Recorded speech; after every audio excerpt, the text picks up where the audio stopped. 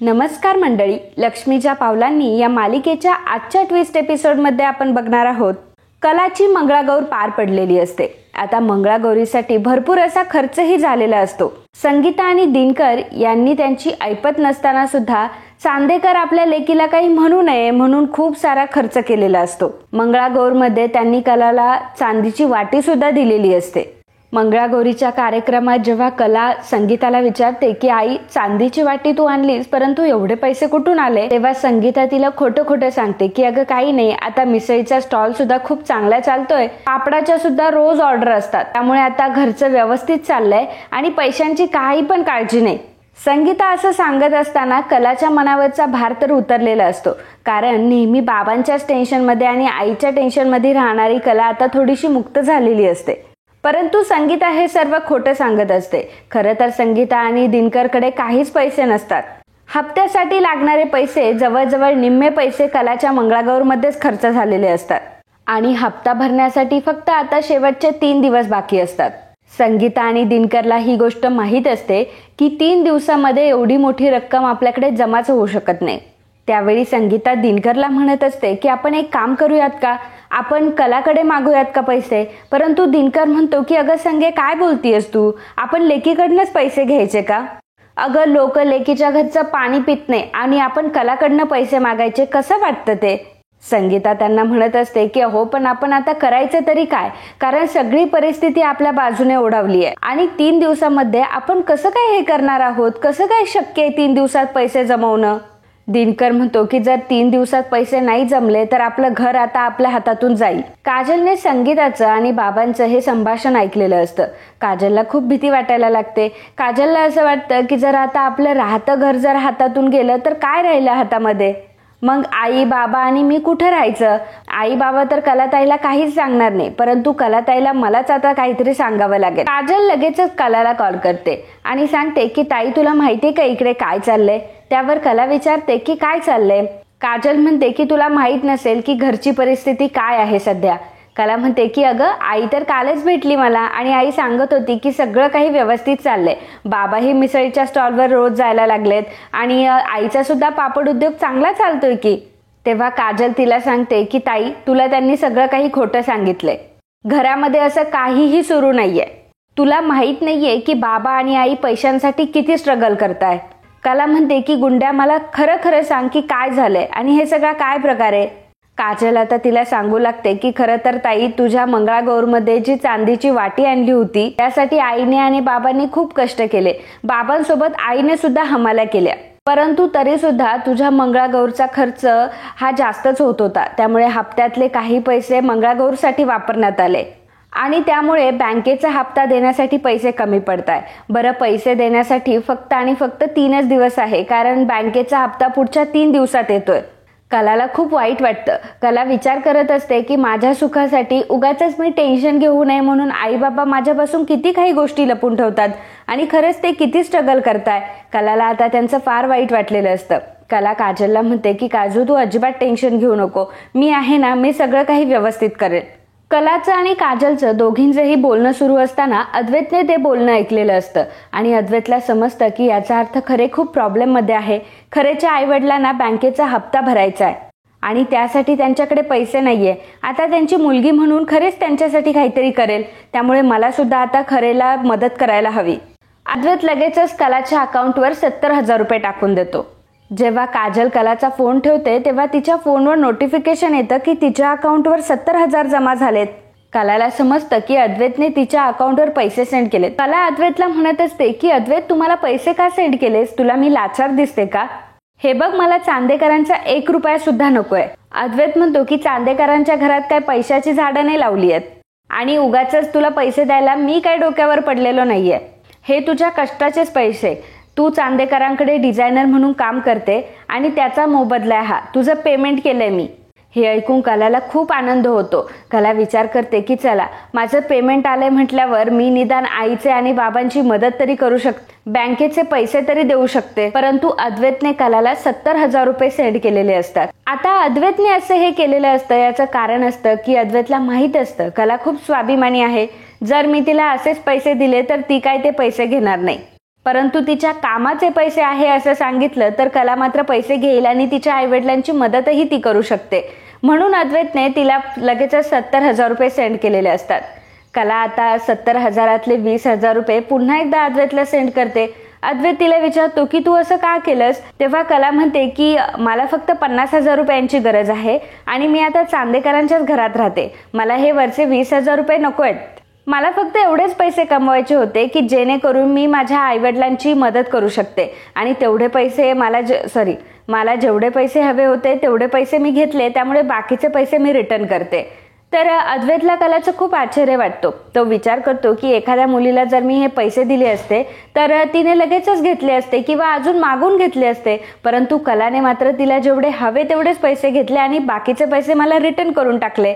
कलाने या वागण्यामुळे अद्वैतला दाखवून दिलेलं असतं की पैशांची लालची ती अजिबात नाहीये. अद्वैत सुद्धा या गोष्टीचा विचार करतो की मी आतापर्यंत हिला खोटारडी म्हणत आलो, पैशासाठी सगळ्या काही गोष्टी ही करते असे हिला म्हणत आलो, परंतु ही तर पैशांची लोभी नाहीच आहे. आपण उगाचच हिला चुकीचा समजत होतो असं अद्वैतच्या आता लक्षात आलेलं असतं. कलाला आता 50,000 रुपये भेटलेले असतात. आता 2-3 दिवस काही कलाला तिच्या माहेरी जाता येत नाही आणि 3 दिवसानंतर आता कला तिच्या माहेरी गेलेली असते. तर इकडे खरेंच्या घरी मात्र बँकेचे माणसं हप्ता वसूल करण्यासाठी आलेले असतात, परंतु दिनकरकडे आणि संगीताकडे पैसे नसतात. हप्ता देण्यासाठी त्यांच्याकडे पैसे नसल्यामुळे ती बँकेची लोक म्हणतात की आता आम्ही थांबू शकत नाही, आता आम्हाला तुमचं घरच हवंय, कारण आतापर्यंत आम्ही तुम्हाला खूप मुदत दिली, खूप सवलत दिली, परंतु तुम्ही तर मात्र बँकेचे पैसे बुडवायलाच निघाले आणि आता आम्ही ही गोष्ट जास्त सहन करू शकत नाही. बँकेच्या लोकांनी आता घरातल्या वस्तू बाहेर काढायला सुद्धा सुरुवात केलेली असते आणि संगीताला आणि दिनकरला ते सांगतात की आत्ताच्या आत्ता तुम्ही घर खाली करा. संगीता त्यांच्याकडे गयावया करत असते की असं करू नका, तुम्ही जर आमचं घर काढून घेतलं तर आम्ही कुठे राहायचं, आमच्याकडे एक मुलगी सुद्धा आहे, आम्ही तिला कुठे ठेवू. संगीता त्यांच्या पाया पडत असते, परंतु बँकेची लोक काही ऐकत नाही आणि ते दिनकरला म्हणतात की लगेचच्या लगेच या घराच्या पेपर्सवर सह्या करा. संगीताकडे आणि दिनकरकडे कुठलाच पर्याय त्यांनी ठेवलेला नसतो, त्यामुळे आता दिनकर त्या पेपर्सवर सह्या करणार असतो. त्याच वेळी तिथे येते कला. कला म्हणते की थांबा बाबा. कलाला तिथे बघितल्यावर संगीता आणि दिनकर सुद्धा शॉक होतात. कला 50,000 रुपये घेऊनच आलेली असते. कला आता त्या बँकेच्या माणसांना 50,000 रुपये देते. बँकेचा हप्ता कलाने भरलेला असतो आणि आता ती बँकेच्या माणसांना म्हणते की आमचं सामान जसं होतं तसं पुन्हा ठेवून द्या, कारण आम्ही तुमचे पैसे परत केले आहे. तर बँकेच्या माणसांना त्यांचे पैसे भेटलेले असतात, त्यामुळे खरेंच्या घरचं सगळं सामान ते आतमध्ये नेऊन ठेवतात आणि तिथून निघून जातात. संगीता आणि दिनकर दोघंही रडायला लागलेले असतात, कारण आज त्यांच्या डोक्यावरचं छप्पर जाता जाता राहिलेलं असतं. काजल सुद्धा रडत असते, कलाही रडत असते. कला म्हणत असते की आई, अगं एवढ्या सगळ्या गोष्टी झाल्या, इथपर्यंत गोष्टी येऊन गेल्या, तरीही तुम्हाला सांगितलं नाहीस. तुम्हाला का नाही सांगितलं आधी ह्या सगळ्या गोष्टी? आणि काय गरज होती माझ्या मंगळागौरीसाठी एवढा दिखावा करण्याची? काय गरज होती एवढा खर्च करण्याची? कशाला पाहिजे होती मला ती चांदीची वाटी? माझ्यासाठी तर तुम्ही महत्वाचे आहात, ती चांदीची वाटी नाही. आणि आई, तुलाही माहितीये की मला असं केलेलं अजिबात आवडत नाही. संगीता म्हणते की अगं कला, असं कसं बोलतेस? अगं तुला आता चांदेकरांच्या घरात दिलंय आणि जर चांदेकरांना हवं तसा मानपान जर भेटला नसता तर त्यांनी परत तुलाच त्रास दिला असता. त्या घरामध्ये तुला वाईट वाईट बोललं गेलं असतं आणि त्यामुळेच आम्ही हे सगळं केलंय. कला म्हणते की आई, त्या घरामध्ये मला ऑलरेडी वाईट बोललं जातं, परंतु मी ह्या गोष्टी नाही मनाला लावून घेत आणि तुम्ही जर मला चांदीची वाटी दिली नसती तरी मला ऐकवलंच असतं आणि दिलीये म्हणून पण ऐकवलंय. त्यामुळे उगाचच तू त्यांचा विचार नको करूस. तुम्ही तुमचा विचार करा ना. तुम्ही माझ्या सुखासाठी, त्या चांदीच्या वाटीसाठी तुमचं घर तुमच्या हातातून आता जाणार होतं. तुम्हाला या गोष्टीचं गांभीर्य कळतंय का? अहो, तुम्ही काजलचा सुद्धा विचार नाही केला. काजल आता तुमच्या इथे राहते, तुमच्याकडे राहते, तर काजल तुमची जबाबदारी आहे. मी चांदेकरांच्या घरी आहे, मी खुश आहे, नैनाताई सुद्धा खुश आहे, परंतु काजलचं काय? तुम्ही काजलचा विचार करायला हवा होता. तुम्ही तिला सुद्धा बाहेर घेऊन राहणार होता का? काजल आता संगीताला आणि दिनकरला बोलत असते. तेव्हा संगीता म्हणते की कला, आज जर तू नसती तर आज काहीच झालं नसतं. आज आमच्या डोक्यावर छप्पर देखील नसतं. खरं तर आम्ही खूप नशिबवान आहोत की आम्हाला तुझ्यासारखी मुलगी भेटली, नाहीतर आमचं काय झालं असतं कोणास ठाऊक. आणि कला, आज जर तू वेळेवर आली नसती तर मात्र आपलं घर आता तुला पाहायला सुद्धा भेटलं नसतं. कला म्हणते की आई असं बोलूही नकोस, आणि आता मी चांदेकरांकडे डिझायनर म्हणून काम करते, त्यामुळे तू अजिबात काळजी करू नको. ज्यावेळी हप्ता येईल त्यावेळी मला निसंकोचपणे सांगायचं, निसंकोचपणे तुम्ही माझ्याकडे पैसे मागायचे, आणि आता घराचे सगळे हप्ते इथून पुढे मीच पे करेल. तुम्हाला दोघांना दगदग करायची काहीही गरज नाहीये. बाबा तुम्ही फक्त तुमच्या मिसळीचा स्टॉल सांभाळा, आणि आई तुला ते पापड उद्योग वगैरे करायची काही गरज नाहीये. तू फक्त घरातलं कर, कारण ऑलरेडी तुझे गुडघे दुखतात मला माहितीये. आता मी आहे ना, मी तुमची मदत करेल. मला काम लागलंय, मला चांदेकरांनी डिझायनर म्हणून जॉब ऑफर केलाय, आणि त्याचे चांगले पैसे देखील मला मिळणार आहे, त्यामुळे तुम्ही अजिबात काळजी करू नका. आता संगीता म्हणते की अगं कले, परंतु आम्ही तुझ्याकडनं असे पैसे नाही घेऊ शकत. अगं चांदेकरांना कळलं तर? तेव्हा कला म्हणते की चांदेकरांना कळलं तर कळलं त्यांना. मी थोडी काही चोरी करते किंवा डाका घालतीये, मी तर फक्त माझ्या आई वडिलांना पैसे देतीये. मी जे काही पैसे कमवले तर माझ्या त्या पैशांवर माझ्या आई वडिलांचा अधिकार आहेच ना. आई तू असं मला परक का करून टाकतेस ग? तेव्हा संगीता म्हणते की नाही ग बाळा, तसं नाही, परंतु मुलगी सासरी गेल्यावर तिच्या जबाबदाऱ्या ह्या वेगळ्या असतात. कला म्हणते की आई तू असं समजतीयस, असं काही नसतंय.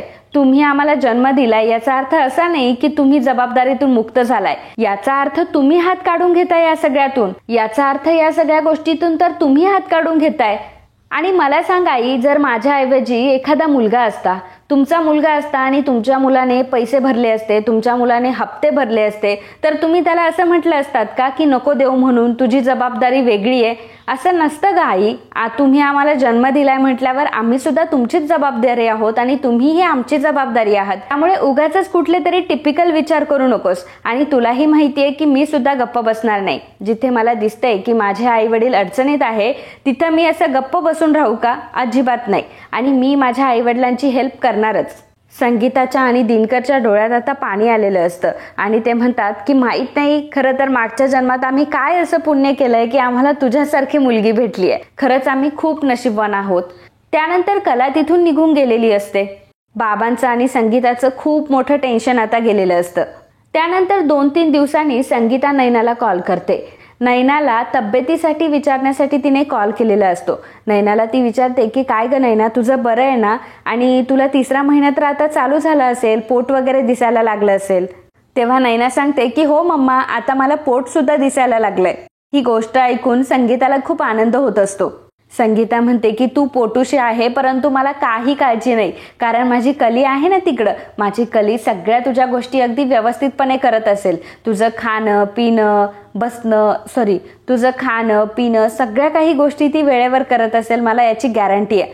नैना म्हणते की आई तू नक्की माझ्याबद्दल बोलण्यासाठी कॉल केलाय की कलाबद्दल? जर कलाबद्दल बोलायचं असेल तर डायरेक्ट कलालाच कॉल कर ना, मला कशाला करतेयस कॉल? संगीता म्हणते की नाही ग, तसं नाही, खरंच कली खूप हुशार आहे ग. तुला माहितीये का कलाने काय केलं? आपलं राहतं घर जाणार होतं, आम्ही बेघर होणार होतो. तुझ्या लग्नाच्या वेळी जे कर्ज काढलं होतं त्याचे हप्ते अजूनही फेडायचे बाकी आहेत. आणि तुला माहितीये की बँकेचे माणसं आपलं घर सुद्धा काढून घेणार होते, परंतु त्याच दिवशी कला आली आणि कलाने 50,000 रुपये दिले, म्हणून आपलं घर वाचलंय. नैनाला समजलेलं असतं की अच्छा, म्हणजे कलाने पैसे दिले आणि म्हणून आईबाबांचं घर वाचलंय. तर त्यानंतर संगीताने फोन ठेवलेला असतो. आता नैना विचार करते की नाही, मला काहीही करून काड्या तर आता करायलाच पाहिजे, आणि ह्या कलाला तोंडावर तर पाडायलाच पाहिजे. मग नैनाच्या डोक्यात एक कल्पना येते. आता नैना मुद्दाम हॉलमध्ये येऊन बसलेली असते, आणि तिला माहित असतं की सरोज तिच्या मागे उभी आहे, आणि तिला चांगलंच माहिती असतं की सरोज तिच्या मागे उभी आहे. आणि तिने मुद्दाम आता आईला कॉल लावलेला असतो, आणि ती मुद्दाम बोलत असते की आई अगं, खरंच कला किती चांगली आहे ना ग, म्हणजे खरंच मला सुद्धा अभिमान वाटतो कलाचा. कला माझ्यापेक्षा लहान आहे तरी अगदी मोठ्या बहिणीसारखी वागत असते. इथं सुद्धा मला ती प्रत्येक गोष्ट माझ्या हातामध्ये आणून देत असते. मला खूप भारी वाटतं की कला माझी बहीण आहे म्हणून. सरोज विचार करू लागते की हिला काय झालंय अचानक, आणि ही हिच्या आईशी बोलतीये परंतु कलाचं एवढं कौतुक करतीये. नाही तेव्हा तर कलाला घालून पाडूनच बोलत असते, आणि मग आज हिला अचानक काय झालंय? या खरे बहिणींचं ना तर मला काही कळत नाही. पुढे नैना ही फोनवर बोलत असते आणि म्हणत असते की मला खरंच खूप अभिमान वाटतो हा कलाचा. म्हणजे नैनाने इकडे चांदेकरांकडनं पैसे घेऊन, म्हणजे चांदेकरांकडनं 50,000 रुपये घेऊन आपल्या घरचा हप्ता फेडला, नाहीतर आपण बेघर झालो असतो. खरंच कलाने जे काही केलंय ना ते कोणतीच मुलगी करू शकत नाही, अगदी मी सुद्धा करू शकत नाही.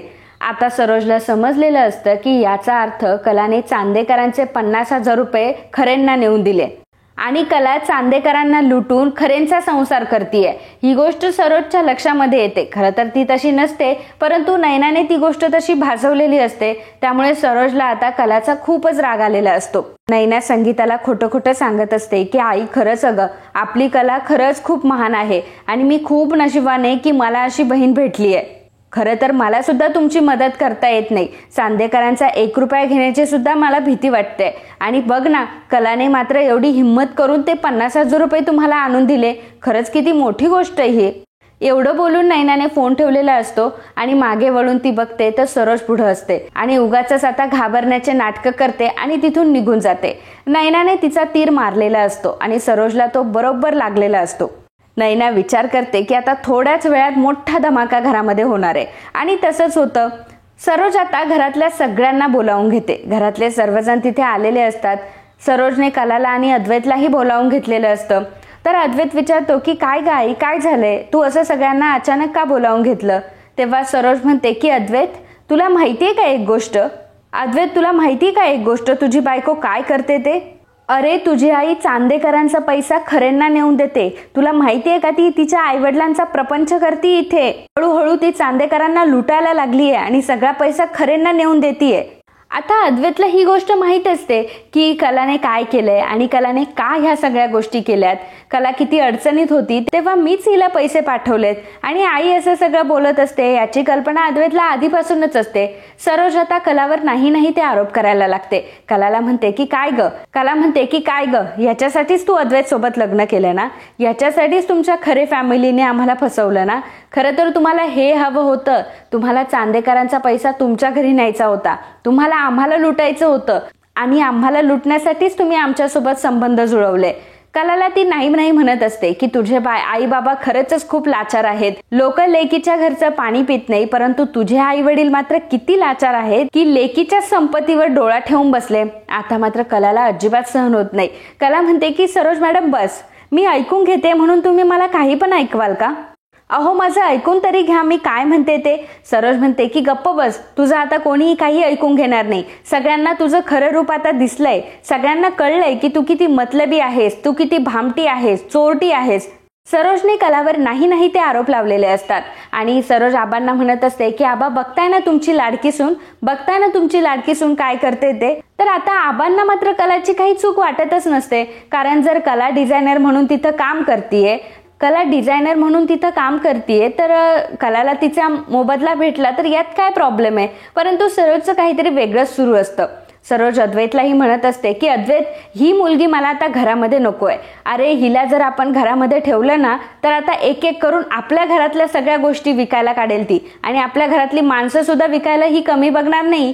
ही मुलगी 1 नंबरची फायद्याची आहे आणि हिच्या घरचे सुद्धा 1 नंबरचे फायद्याचे आहेत.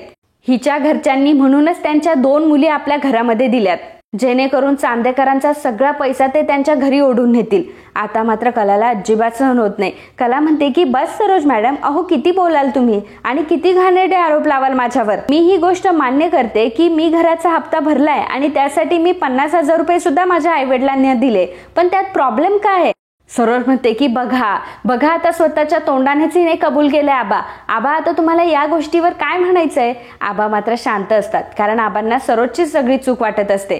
कला आता सरोजला म्हणत असते की सरोज मॅडम मला एक गोष्ट सांगा की जेव्हा मी रात्रभर डिझाईन करत होते, रात्रंदिवस डिझाईन बनवत होते, तुम्ही मला सांगितलं की घरातल्या कामांमध्ये कुठलीही कसर राहता कामा नये, तर घरातलं कुठलंही काम न चुकवता मी ते डिझाईन्स पूर्ण केले.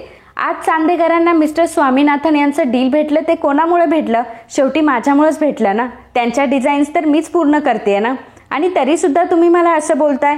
जेव्हा मी रात्रभर जागून अगदी उपाशीपोटी जेव्हा त्या डिझाईन्स काढल्या तेव्हा मला तुम्ही विचारायला नाही आलात की अगं कला तू ह्या घरामध्ये राहतेस आणि तुला पण जीव आहे, कशाला ह्या डिझाईन्स करत बसलीयस, जाऊ दे उद्या कर. तेव्हा तर तुम्ही मला काही बोलला नाहीत. कामाच्या वेळी माझ्याकडनं काम करून घेतलं तेव्हा मात्र तुम्हाला माझी दया आली नाही आणि जेव्हा मला त्या कामाचा मोबदला भेटला तेव्हा मात्र तुम्ही माझ्यावर तुटून पडलात. आणि काय प्रॉब्लेम आहे तुमचा. तुम्ही मला प्रत्येक वेळी एवढं खाली का बघत असतात. म्हणजे मी काहीही केलं, कितीही तुम्हाला इम्प्रेस करण्याचा प्रयत्न केला, कितीही तुमच्याशी चांगलं वागण्याचा प्रयत्न केला, परंतु तुम्हाला मात्र माझ्या चांगल्या गोष्टींमध्ये सुद्धा खोटच दिसते. माझ्या मनात तुमच्याविषयी 1% सुद्धा द्वेष नाहीये. मी तर विचार करत होते आधी की तुमचं रागवणं, तुमचं चिडणं माझ्यावर स्वाभाविक आहे, कारण आमच्याकडनं झाली आहे चूक. अद्वैत सोबत मला मजबुरीमध्ये लग्न करावं लागलंय. मला माहिती आहे की तुम्हाला मला ऍक्सेप्ट करणं अवघड जाणार आहे. फक्त माझ्याबद्दलच तुम्हाला एवढा द्वेष का? माझ्याशी बोलत असताना, माझ्याशी वागत असताना तुम्ही तुमची माणुसकी देखील विसरून जातात. अहो, असं काय केलंय मी? आतापर्यंत चांदेकरांच्या घरात येऊन तुम्हाला कधी आठवलंय का मी कधी चुकीचं वागलीये?